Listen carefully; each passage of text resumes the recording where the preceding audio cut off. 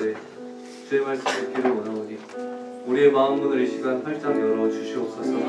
하나님 우리에게 말씀하시고, 하나님 이 시간 이 예배를 방해한 악한 사단 영들은 나사렛 예수 그리스도의 보혈로 물리쳐 주옵소서. 아버지 하나님 이 시간 성령으로 충만케 하시고 주인의 입술은 주의 나팔로만 사용해 주옵소서. 감사드리며 예수님의 이름으로 기도드립니다. 아멘.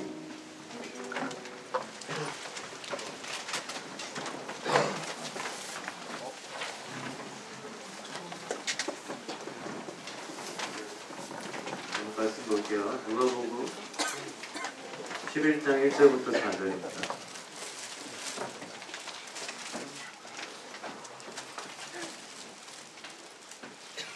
누가복음 11장 1절부터 4절, 우리 4절밖에 안 됩니다. 한 목소리 읽을게요. 시작! 예수께서 한 곳에서 기도하시고 마치심에 제자 중 하나가 여짜오되 주여 요한이 자기 제자들에게 기도를 가르친 것과 같이 우리에게도 가르쳐 주옵소서. 예수께서 이르시되 너희는 기도할 때 이렇게 하라. 아버지여 이름이 거룩히 여김을 받으시오며 나라가 임하시오며 우리에게 날마다 일용할 양식을 주시옵고 우리가 우리에게 죄 지은 모든 사람을 용서하오니 우리 죄도 사하여 주시옵고 우리를 시험에 들게 하지 마시옵소서 하라. 아멘. 아멘. 아멘. 여러분 오늘 누가복음 말씀인데요. 우리가 성경 말씀에 대한 얘기를 몇 주간에 걸쳐서 했잖아요. 오늘부터 기도에 대해서 좀 생각을 해봤습니다. 여러분 기도 많이 하십니까? 아멘. 이 누가복음이라는 책이요, 총 24장인데 특별히 기도에 대한 강조가 많습니다. 그 중에 누가복음에 두 군데가 있는데 하나는 누가복음 18장이고 하나는 11장입니다. 특별히 오늘 본문은 11장에는 그 유명한 예수님의 주기도문이 나오고 있습니다. 주기도문 다 알죠? 마태복음하고는 내용이 조금 달라요. 여러분이 외우는 거. 마태복음에도 주기도문이 나오는데 마태복음하고는 조금 내용이 다릅니다. 이거는 누가가 이렇게 실수해서 빼뜨린 게 아니고 마태복음과는 다른 관점에서 강조를 하기 위한 의도적인 그런 차이라고 할 수가 있겠어요. 자, 우리가 오늘 생각해 볼 게 이 주기도문 내용 전체, 내용 자체라기보다는 이 누가복음 11장 서두에서 우리한테 주고 있는 기도에 대한 용기, 도전, 그거를 오늘 좀 붙들고 싶어서 함께 나누고 싶어서 나왔어요.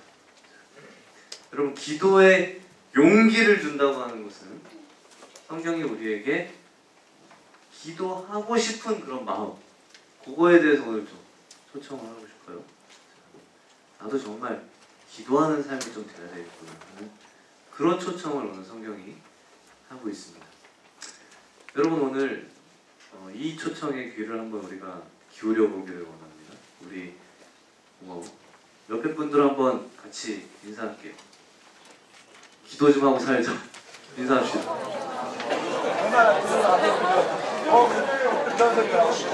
정죄는 하지 말고. 정죄는 하지 말고 그냥.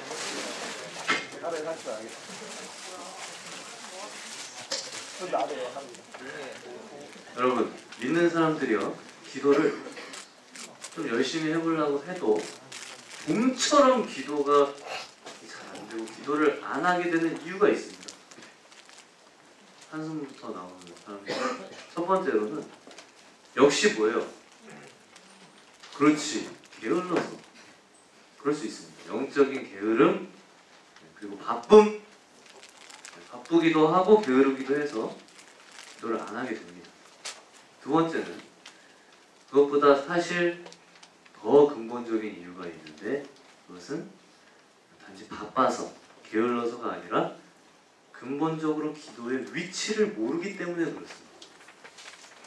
우리 신앙에 있어서 근본적으로 기도가 도대체 어떤 위치를 차지하고 있는가, 얼마나 절대적으로 중요한 위치를 차지하고 있는가 하는 그거를 모르기 때문에 기도를 안 하는 것입니다.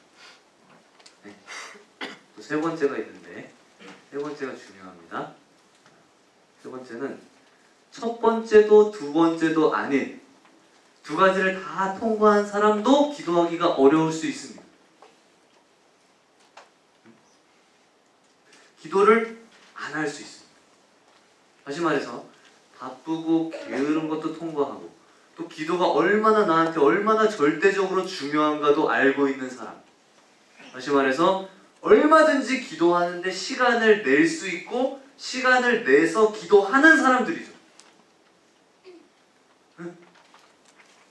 그 기도하는 사람도 기도가 어렵고 기도를 잘 안 하게 될 수 있습니다. 이 세 번째 시험은 뭔가 하니까 기도의 즐거움을 모르기 때문에 그렇습니다. 기도의 재미를 모르기 때문에 그렇습니다. 오늘은 요 세 번째를 좀 보려고 합니다. 기도의 재미를 모르기 때문에 제가 일부러 이 재미라는 표현을 써봤는데 거의 대부분 이 기도의 재미를 잘 모르는 사람이 많지 않나 생각이 됩니다.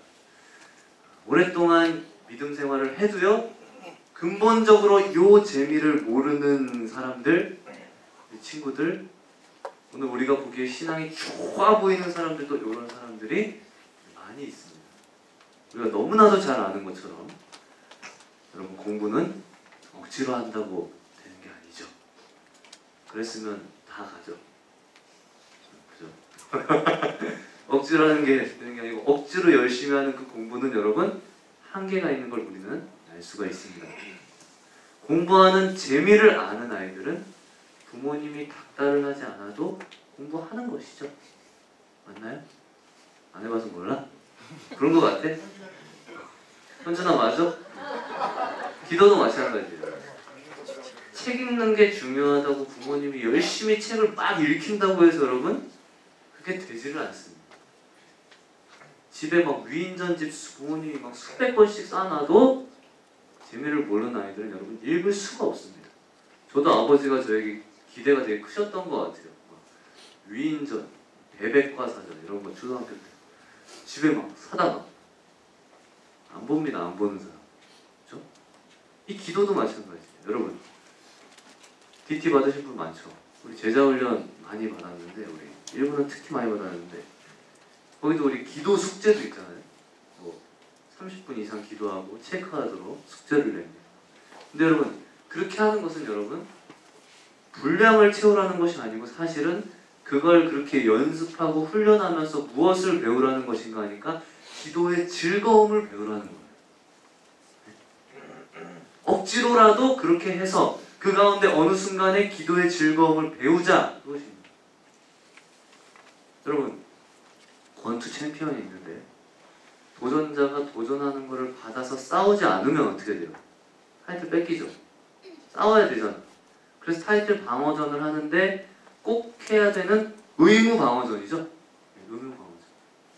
여러분 의무 방어전을 하듯이 기도를 하면 우리 믿음이 절대 그 자리에서 전진을 하지 않습니다. 그런 면에서 우리가 기도하는 걸 한번 돌아보면 우리 기도 시간은 어떻습니까? 정말 기도가 즐겁고 재밌습니까? 네? 자발적인 어떤 욕구가 우리 속에서 일어나고 있습니까? 아니면 여러분 의무 방어전입니까? 여러분 인격과 인격에 있어서 이 의무 방어전보다 어려운 게 없습니다. 사람 사는데 이 의무 방어전보다 사람 사는데 어려운 게 없어요. 아내가 남편에게 생일 선물 주면서 여보 저는 이제 할 일 다 했어요. 여보 생일 선물 줬으니까 내 할 일 다 한 거예요.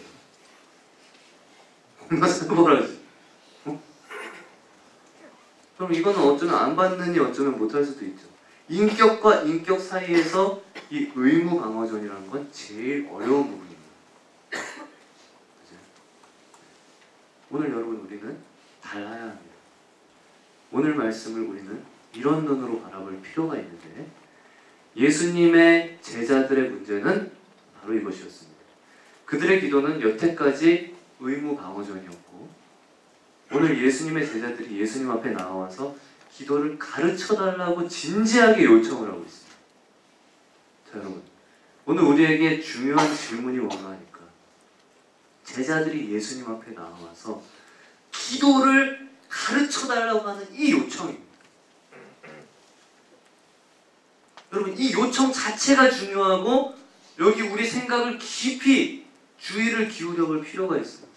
여러분, 이게 참 이상하다, 이런 생각을 우리가 해야만 합니다. 왜요?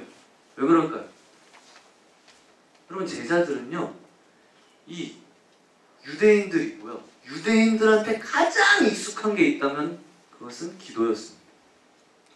한번 여러분 생각을 해보세요. 기도라는 것을 전혀 모르는 사람, 한 번도 교회를 다녀본 적도 없고 기도를 제대로 해본 적이 없는 사람이 옆에 와서, 기도하는 사람 옆에 와서, 야, 기도는 저렇게 하는 것이구나, 그러면서 나도 기도를 좀 배우고 싶은데 이거 좀 가르쳐 주십시오, 이렇게 요청한다면 우리는 그걸 이해할 수 있습니다.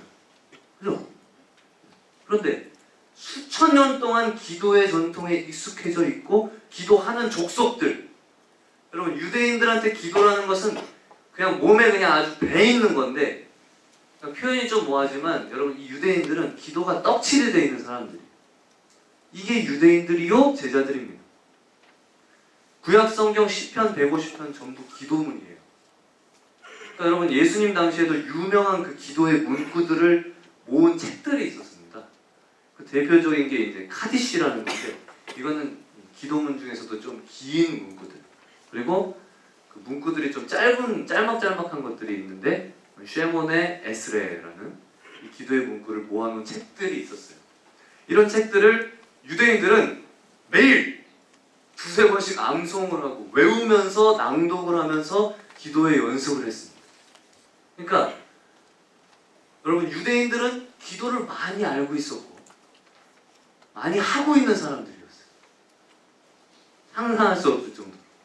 자, 여러분, 그럼에도 불구하고 오늘 제자들은 예수님한테 진지하게 요청한 게 뭔가 보니까 기도를 가르쳐달라고 했다는 것이에요. 아니, 그럼 몰라서 묻느냐? 이런 반응이 튀어나올 것 같지만 갸우지간 여러분, 제자들 요청을 보니까 기도를 배우고 싶다는 거예요. 기도를 가르쳐 주십시오.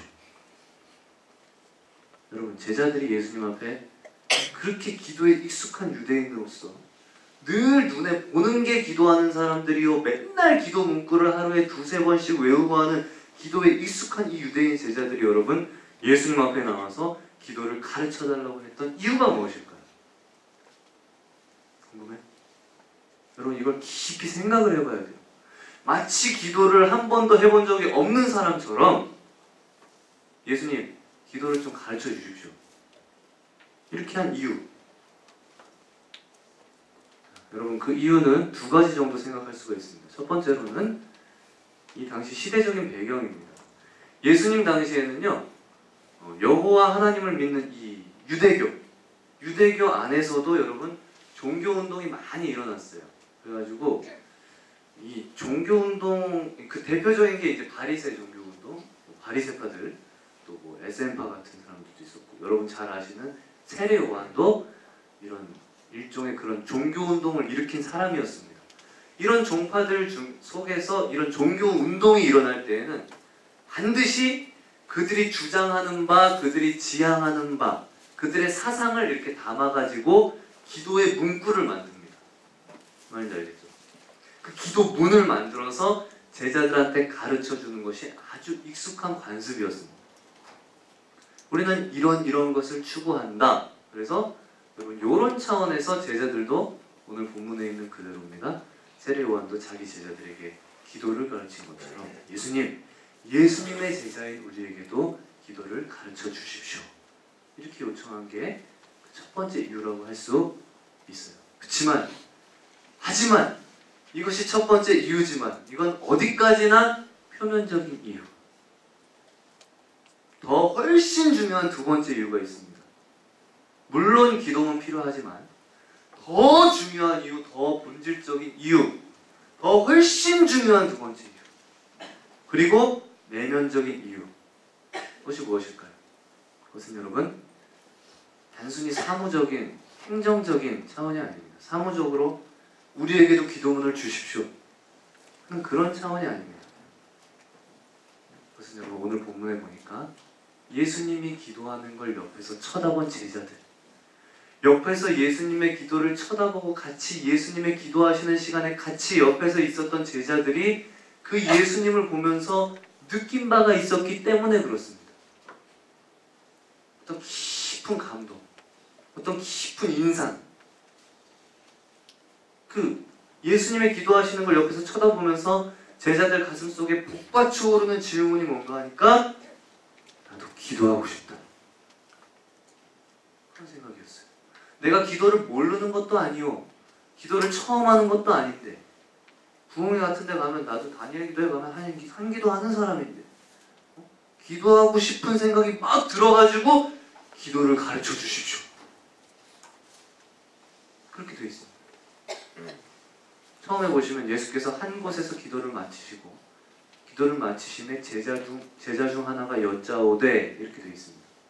다시 말해서 예수님 기도하시는 걸 보면서 이 제자들은 기도의 전혀 새로운 차원, 새로운 세계를 발견을 한 거예요. 유대교와 유대인들이 가르친 이거 하기시, 세모네, 에스레 그런 형식적으로 줄줄줄줄 외는 그런 기도, 그런 거하고는 전혀 다른 차원, 전혀 다른 감동, 느낌, 그걸 주는 그것을 예수님 기도 속에서 느낀 거죠. 그래서 아예 태어나면서 기도에 대해서 귀가 따갑게 들었고 아주 기도로 떡칠되어 있던 이 제자들이 희한한 감동과 느낌을 받으면서 예수님 앞에 주님, 기도를 좀 가르쳐 주십시오. 이것입니다, 여러분. 너무 신기하죠? 너무 신기한 거죠.